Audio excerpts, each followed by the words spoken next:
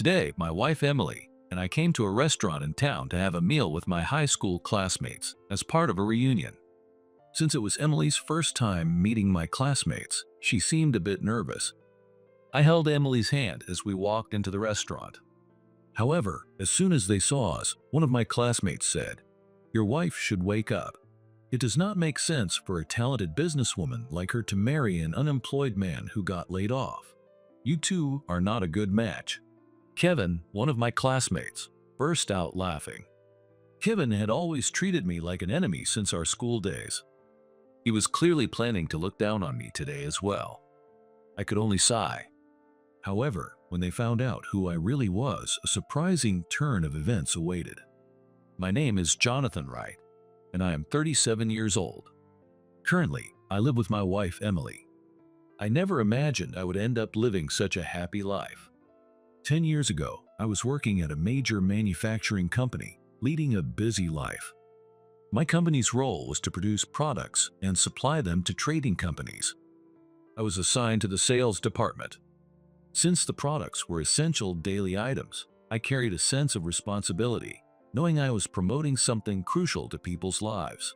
I worked with pride every day. My colleagues and supervisors were interesting people, and the workplace had a friendly and relaxed atmosphere. I felt comfortable working there. I used to think I was fortunate to work in such a place. But one day, a man transferred to our department. His name was Kevin. The moment Kevin saw my face, his eyes widened in surprise. "You work here? What a coincidence." Actually, Kevin was my high school classmate, and he was the one person I never wanted to meet again. I am pretty sure I made an openly displeased face.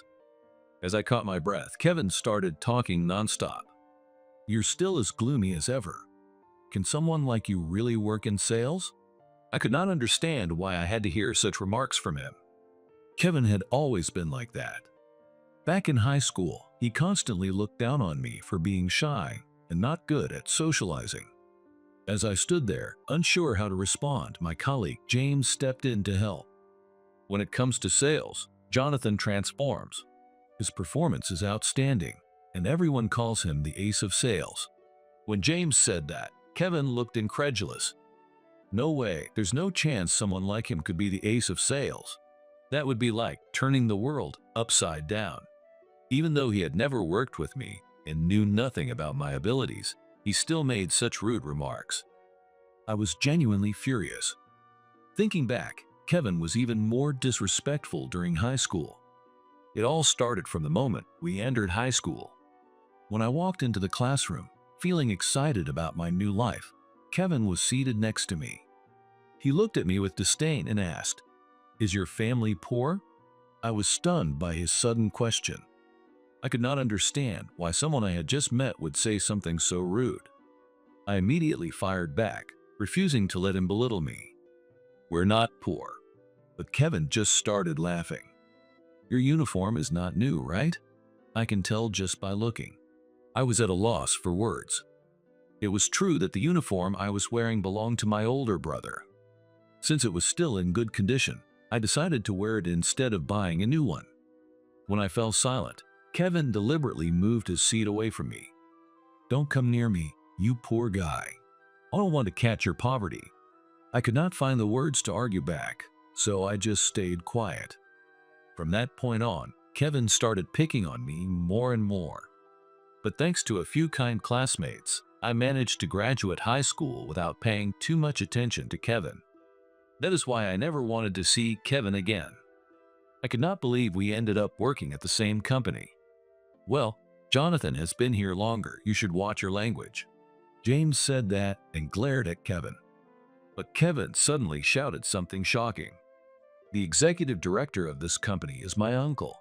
You guys are the ones who should watch your language and attitude, not me. From now on, do not argue with me. If you do, it would be easy for me to get you fired." Both James and I were speechless.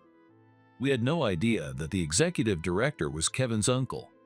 Since then, Kevin began acting more arrogant at work. Even when it was time to start working, Kevin would not show up. Usually, he would stroll in around 10 a.m. holding a cup of coffee. At first, everyone was worried that something might have happened when Kevin did not show up on time. But after a few days, it just became the norm. Our supervisor, George, could not say anything to Kevin because of his uncle's influence. Kevin quickly became a boss-like figure in the workplace. One day, as usual, Kevin came in late, yawning loudly as he sat down. As soon as George saw him, he cautiously approached and spoke up. It was unusual for George to address Kevin directly. Everyone present widened their eyes in surprise. "Kevin, the company you made a sales deal with asked for corrections on the documents. They want accurate versions. Can you fix them today and take them to the client?" Kevin made an annoyed face. I'm busy, you know.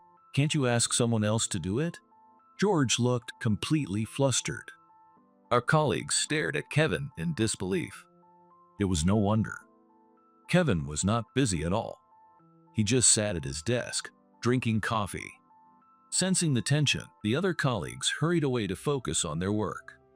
Not wanting to get dragged into the mess, I was about to return to my desk when suddenly I heard Kevin's shocking words. "Hey, Jonathan over there looks free. Just have him do it." Kevin clicked his tongue in frustration. Did he really hate working that much? I was too stunned to say anything. George glanced at me and, following Kevin's suggestion, told me to take care of the task. I did not have the courage to refuse, so I ended up doing Kevin's work. I knew George could not stand up to Kevin, but it still frustrated me. I stayed late to finish the task Kevin was supposed to do. It is just ridiculous. Kevin is way too arrogant just because his uncle is the executive director. And you, Jonathan, you already have so much on your plate. You need to say no when you can't take on more work. James' face was twisted with anger. If it were that easy to speak up, I would not be struggling. I felt the same, but expressing it was not that simple. All I could do was sigh. Sometime later, George suddenly invited me to a drinking party with one of our clients. Honestly, I did not feel like going. I have never been good at socializing, and drinking parties are not really my thing. But since it was an invitation from an important client, I reluctantly agreed to go. James had other plans and could not attend, so I decided to keep to myself and quietly enjoy my drink. The person who appeared was Emily Turner. Emily was the president of a client company we worked with. She owned several restaurants and cafes and recently expanded into grocery stores. She was a well-known business leader. Since she was called a president, I had imagined an older, intimidating man. But in reality, it was completely different. Emily was 3 years older than me, but she was slender and delicate. I wondered if such a fragile-looking woman could really manage a company. However, once I spoke with her, I realized Emily was a very capable and composed person. I heard that Emily, the female president, was even featured in a magazine as a brilliant businesswoman. That's impressive. George whispered that to me. It was amazing that someone so young could become such a successful businesswoman. I thought about it as if it were someone else's story while I sipped my drink. When I glanced over at Emily, I noticed she was also drinking alone without talking to anyone. At that moment, I thought that maybe Emily and I had similar personalities, and I felt like talking to her. I hardly ever had the chance to interact with Emily at work, so I did not really know what kind of person she was. I decided to take my drink and join the table where Emily was sitting. For someone like me, who was extremely bad at socializing, feeling that way was unusual. But I just followed my instincts. When I moved to Emily's table, she looked a bit surprised. However, we quickly warmed up to each other and enjoyed a lighthearted conversation. As we talked, I realized that Emily also struggled with social interactions. Since we had similar personalities, we naturally became closer. When I was with Emily, I could be my true self. Before we knew it, we found ourselves drawn to each other and eventually became a couple. A year later, we got married. As a successful businesswoman, Emily worked tirelessly every day. She left for work early in the morning and came back late at night. I also worked hard, determined not to fall behind Emily. We divided the housework as much as possible, making it through our busy days together. Time flew by as we kept ourselves busy, but the moments I spent with Emily were pure happiness. Looking back on all the struggles I faced because of my personality, I can now say they were worth it to meet Emily. Even working with Kevin became bearable when I thought of Emily. I never doubted that this happy, dreamlike time would continue. Right after we got married, I reported it to the company. Kevin, who overheard the news, looked at me in disbelief. Jonathan got married. Even a clumsy guy like you can get married? You just proved that anyone can get married. What a nasty way to put it. But I was happy to be married to Emily, so no matter what Kevin said, it did not bother me. Kevin continued making snide remarks as always, but I started completely ignoring him, and everything seemed to be going well. However, a few months into this routine, something happened. One morning, as soon as I arrived at the office, George called me over. I wondered what it was about. Sensing a heavy atmosphere, I felt an uneasy premonition. Then George finally spoke up. Jonathan, you know the company's performance has been declining recently, right? Just as George said, the company's performance had not been great for the past few years. It was a well-known fact, so I nodded quietly. Then George dropped a bombshell. It's hard to say this, but you have been selected for the layoff. I'm sorry, but you'll have to leave by the end of this week. I could not believe what I was hearing. What? I'm getting laid off. I never thought something like this would happen to me.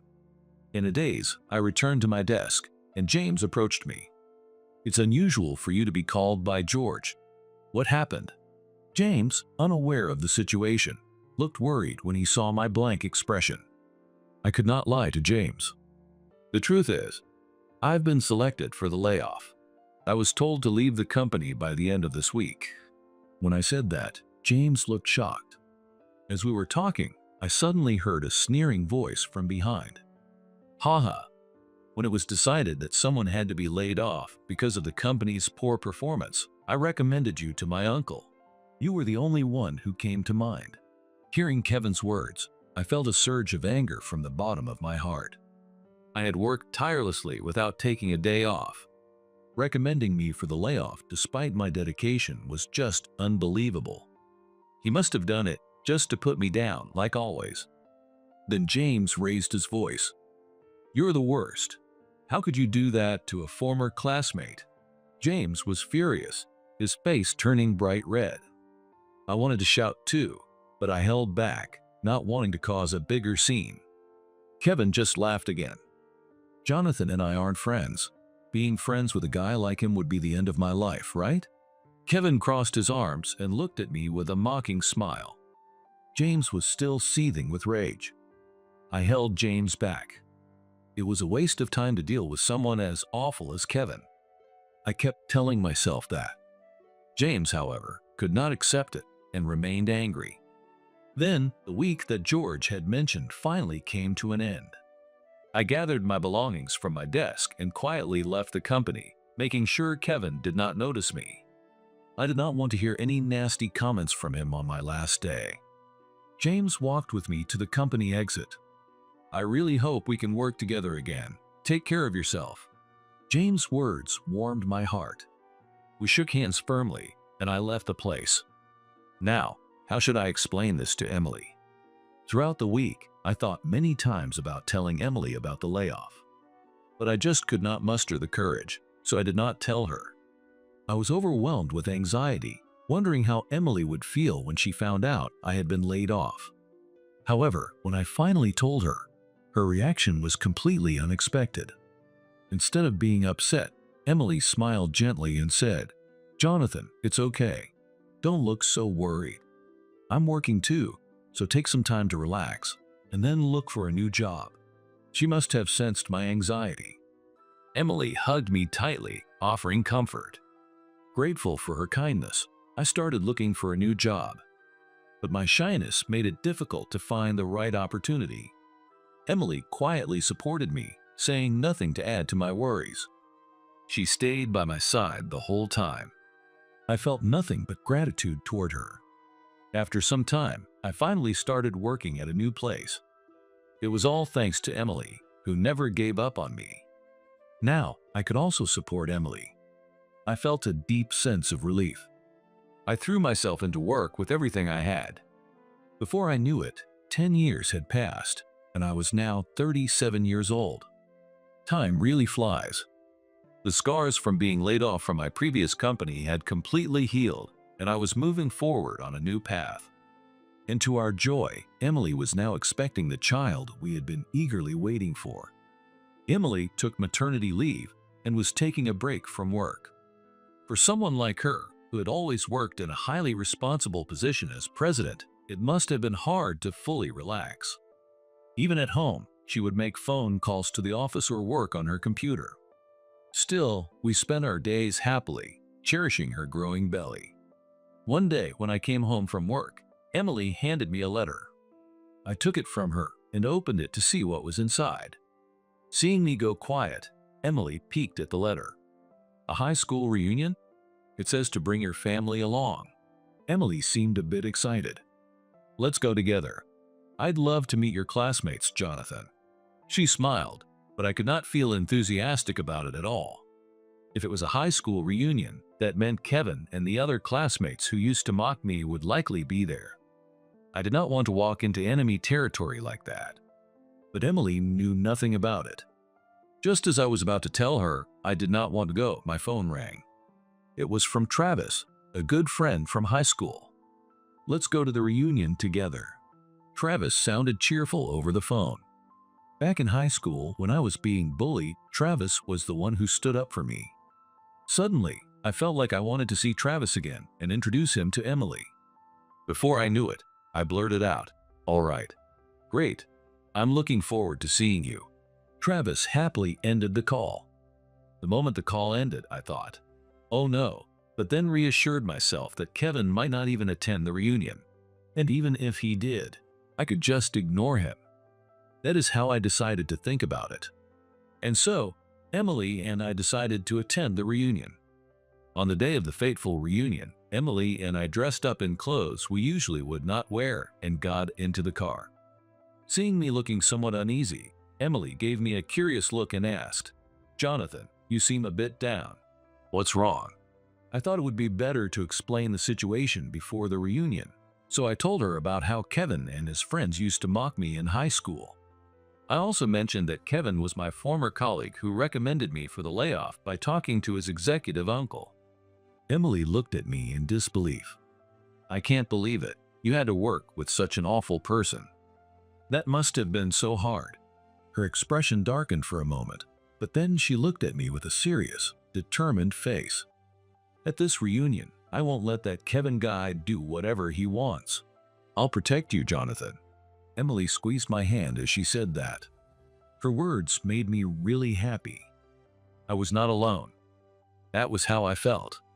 We arrived at the restaurant and got out of the car. There, standing in front of the restaurant, was Travis. The moment he saw me, he rushed over with a big smile. "Jonathan, long time no see." Travis greeted me with the same high-pitched voice I remembered from high school. The joy of seeing him again filled me up. I called out to Travis. The moment Travis saw Emily, he looked surprised. "Aren't you the president of that famous restaurant chain, Miss Turner? My wife and I went there before, and it was fantastic." "Wait, Jonathan's wife is." "No way." It seemed that Travis had seen Emily before in a magazine feature. "Yeah, Emily is my wife, and we're expecting a baby." "That's amazing. You two make a great couple." Travis congratulated us warmly. Emily smiled happily. Enjoying the conversation with Travis after so long, I held hands with a slightly nervous Emily as we walked into the restaurant. As soon as we entered, I spotted Kevin. A chill ran down my spine. Noticing my reaction, Emily quickly urged me to sit at a distant table away from Kevin. But Kevin noticed me and walked over. "Oh, you showed up too? I can't believe you had the guts to come. If I were you, I'd be too embarrassed to attend." Kevin sneered. Both Emily and I looked at Kevin in disbelief. But then Kevin turned his attention to Emily and looked shocked. "Wait, Aren't you Emily Turner, the president of Turner Corporation? What are you doing here? With a deep sigh, Emily calmly replied, I'm Jonathan's wife. Kevin's eyes widened in shock, but then he burst out laughing. So Jonathan is living off his wife's success, huh? What an embarrassing man. I could not believe he would say something like that. The other classmates also gasped at Kevin's comment. Kevin's old entourage laughed along with him. One of them added mockingly, she should wake up a brilliant businesswoman like her marrying a laid-off, unemployed guy. They don't match at all. They must have heard from Kevin about my layoff. They looked at me with contemptuous eyes. Seriously, ma'am, I'm set to be the next manager. You'd be better off with me. Travis and Emily were both left speechless by his words. Kevin had always looked down on me, even going so far as to get me laid off from my previous job. Now that I was finally living a happy life, how could he still say such things? I felt something I had been holding back for so long start to surface. But before I could react, it was Emily who raised her voice first, filled with anger. You don't know anything about him, do you? Huh? Kevin seemed a bit thrown off by Emily's sudden outburst. Then Travis joined in with a loud voice. Kevin, do you really not know? The entire restaurant fell silent, and everyone turned their attention to Kevin. Kevin just laughed. What are you talking about? Well, I do know that Jonathan is a useless guy who got laid off. But at that moment, one of Kevin's old entourage, who had just arrived, entered the restaurant without knowing what was going on. He walked straight up to me, ignoring Kevin, and greeted me with a respectful bow. Mr. Wright, I'm so glad you made it today. We truly appreciate everything you do for us. Seeing this, Kevin burst out laughing again. What's with you bowing to Jonathan like that? And using polite language with a classmate? Are you trying to be funny? But the classmate did not laugh, and, with a serious expression, said, What are you talking about, Kevin? Wright is now the head of the Wright Group. Huh? The Wright Group? Yes, our company has business with Mr. Wright's group. Your company has been desperately trying to get a deal with them too, right? Kevin and his entourage were left gaping in astonishment. Then Travis added with a smirk. Jonathan is such a brilliant business person that he's even been featured in business magazines. The Wright Group is now so successful that it rivals Emily's company in profitability. So, Jonathan is definitely not the incompetent guy you're making him out to be. Hearing Travis's words, Kevin and his entourage started trembling. Jonathan, the president of the Wright Group? That can't be true. Kevin muttered to himself, as if trying to convince himself otherwise. He could not believe that I was the president.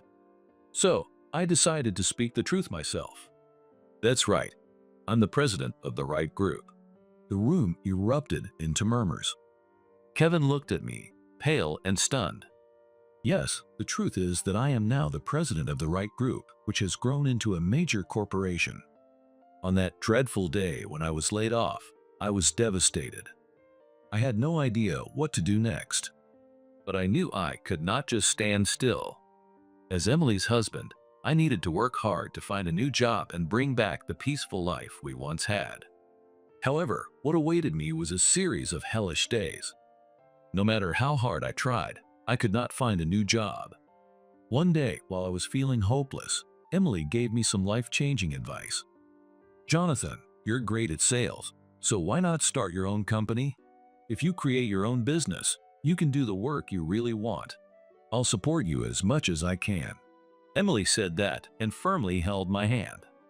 Honestly, I thought there was no way I could run a company. But maybe I can do something myself. A small spark of hope flickered inside me, and I decided to take on the challenge. That was how the Wright Group was born. I made full use of the sales skills I had developed in my previous job and put everything into building up the company. At first, I struggled with finances and could not grow the business as I had hoped. But Emily supported me through it all, helping in various ways. Thanks to my efforts and Emily's unwavering support, the company rapidly grew, and now, 10 years later, it has become a well-known corporation. Even I never imagined I would end up running such a large company. While Kevin stood there in shock, Emily turned to me and said, "Why not just cancel the contract with Kevin's company?" Kevin's eyes widened, and he shouted, "Cancel the contract? No, please, don't do that." His voice trembled with panic. The truth is, the company that once laid me off has been desperately trying to secure a deal with my company. If the contract goes through, their performance will significantly improve, as is obvious. They never expected that I would be the president. I had been willing to sign the contract, but after Kevin's behavior today, I lost all motivation.